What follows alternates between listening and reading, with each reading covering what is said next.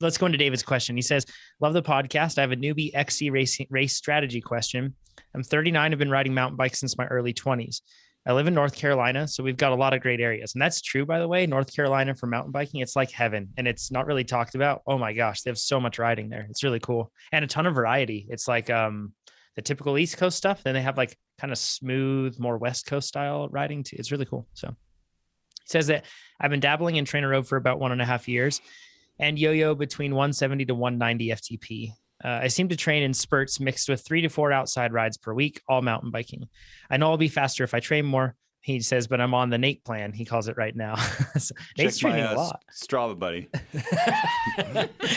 Get on that plan, Nate says. Try doing those big workouts. So he says, anyway, I've started doing some of the local XC races in the beginner and Cat 3 class. I have some races where I finish third and others I basically just end up blowing up and trying to finish. I try to watch my average heart rate, and it seems that my current, if my current heart rate is above 180, I can't hold that very long. If my average heart rate is above 173, I'm probably pushing my limit and will probably blow up.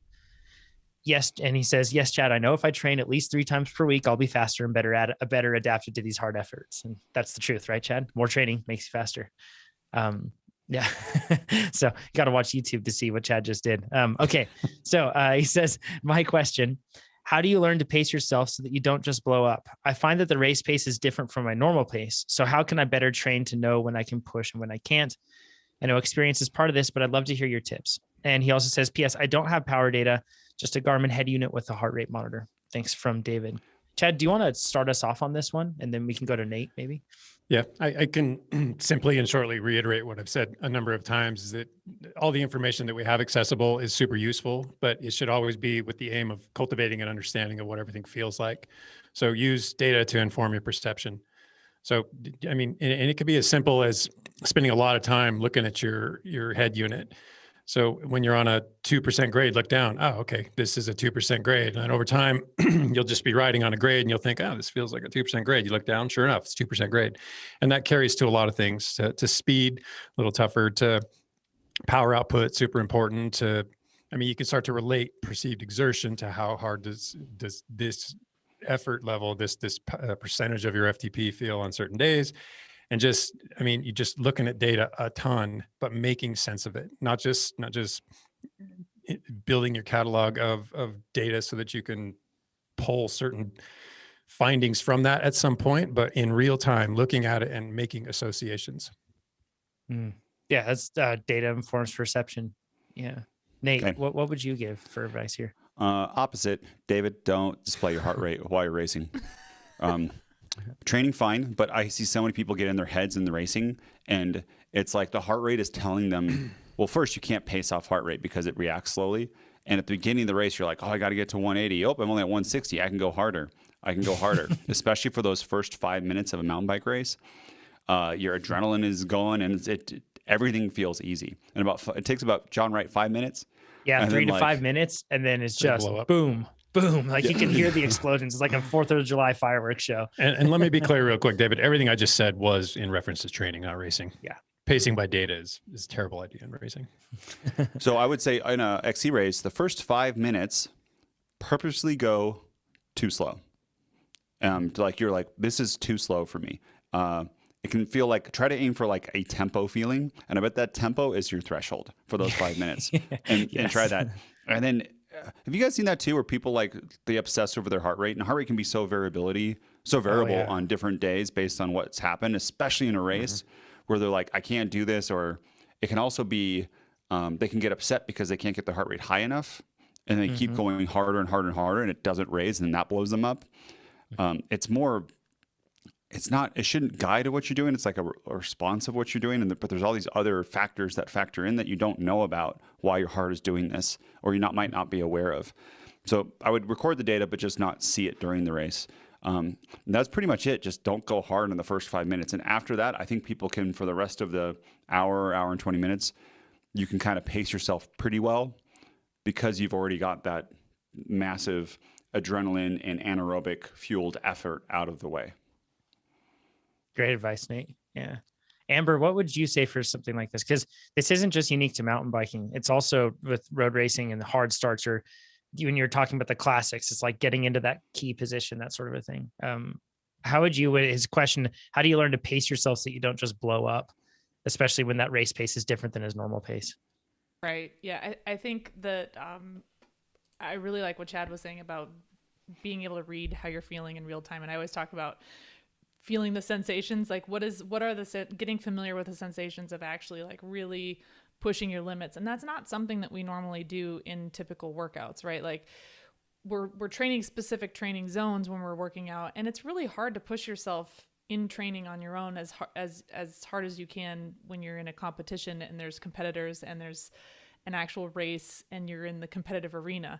And that's one of the most beautiful things I think about competition is that you get into that headspace that's very, very different from where you are in training. So it is hard to train. But I would really zero in on what the sensations are in training, because that's something you can do. So if you're feeling in a race the way you feel in training, you're well within your capacity, right? And I think it's important to experiment with going beyond that in a race, allowing yourself to dig deep, do it without fear. Yes, sometimes you are going to blow up, but there will be times where you dig really deep and you think that's it. That was a race ending effort. And somehow you're able to pull out more, and it will happen for you at some point if it hasn't already. And for that reason, when you're in a race and you feel like you're doing what might be a race ending effort and you're thinking, this is it, this is all I have left, don't give up. Just, talk yourself into, do I have one more effort? One more? 5 more seconds? 3 more seconds? Whatever it happens to be. Or can I hang on this wheel over one more incline? Whatever, if you can break it down and just hang in for a little bit longer. In road racing, what'll typically happen, and I know this is different from mountain bike racing, but you might be going with a surge and just thinking there is no way that I can hold this. And then the next thing you know, the pace lifts anyway, and you're fine. But if you had given up half a second earlier, you would have lost the group. So if you can just talk yourself into a little more during the races, you might discover that it's not a pacing issue so much as learning that you can go deeper than you thought than you thought. But you have to give yourself a chance to go that extra step and then see just how much longer you can hang in it. And breaking it down into little increments can really help. And just because you blew up in one race doesn't mean that you aren't going to pull out an amazing performance in the next one. Every race is really, really different. So I wouldn't put too much stock in a bad day, but look and figure out what you can learn from that and what you can bring forward. I think this has been great advice across the board.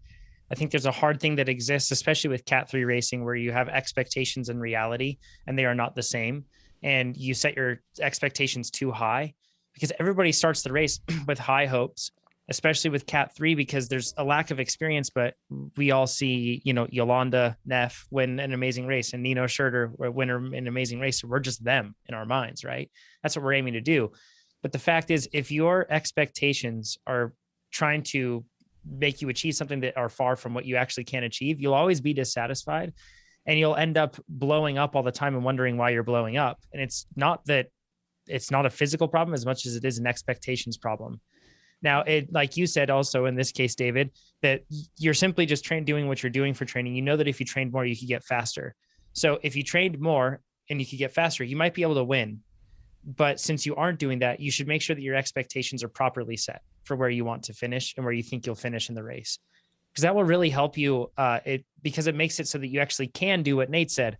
Because otherwise, when you start the race, and if your expectations are that you're going to finish at the front, you're going to go really hard to stay with that front group, and you'll blow yourself up, and you'll be killing yourself inside when you just say, nope, sit in, go easy, let them go. I'll catch them later.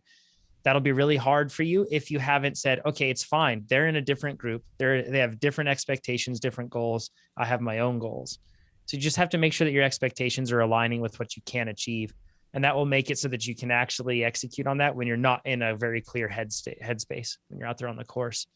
So, yeah, I was going to say Amber's advice, I think, is really good for road racing, but sorry, Amber, I would not follow it for XC racing. If I would not be like, oh, I can just hold on 5 more seconds to this group.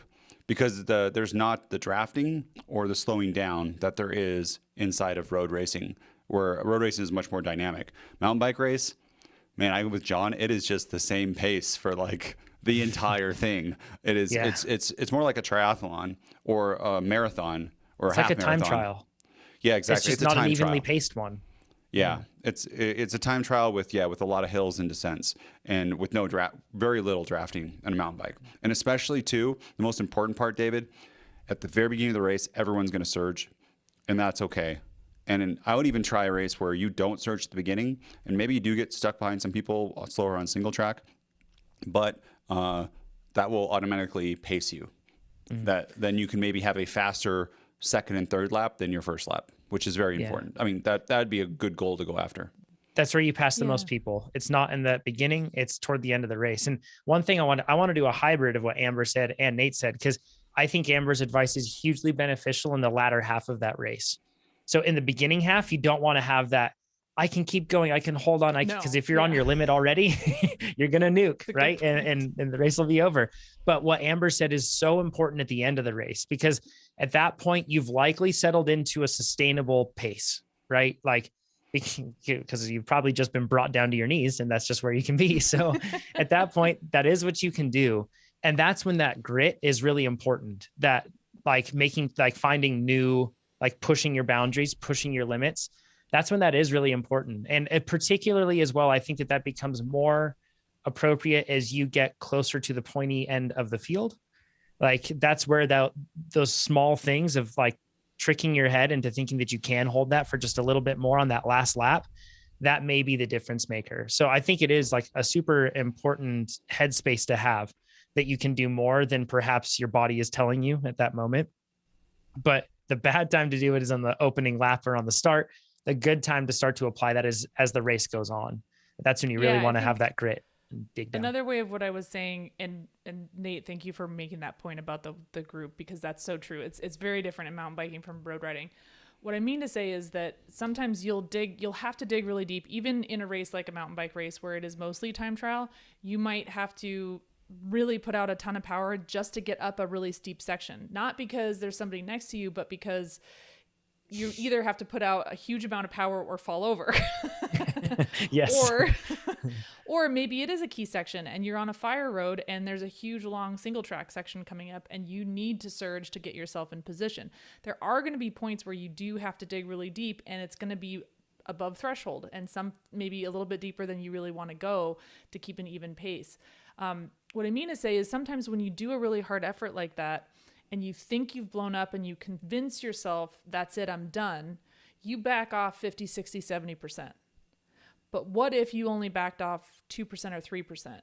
You might actually still be able to recover, or 5% or 10% or whatever it is, but not just mentally giving up and throwing in the towel, but saying, okay, I need to recover a little bit, but I'm not going to soft pedal. I need to recover a little bit, but I'm not giving up. And you just back off a little bit instead of completely checking out mentally.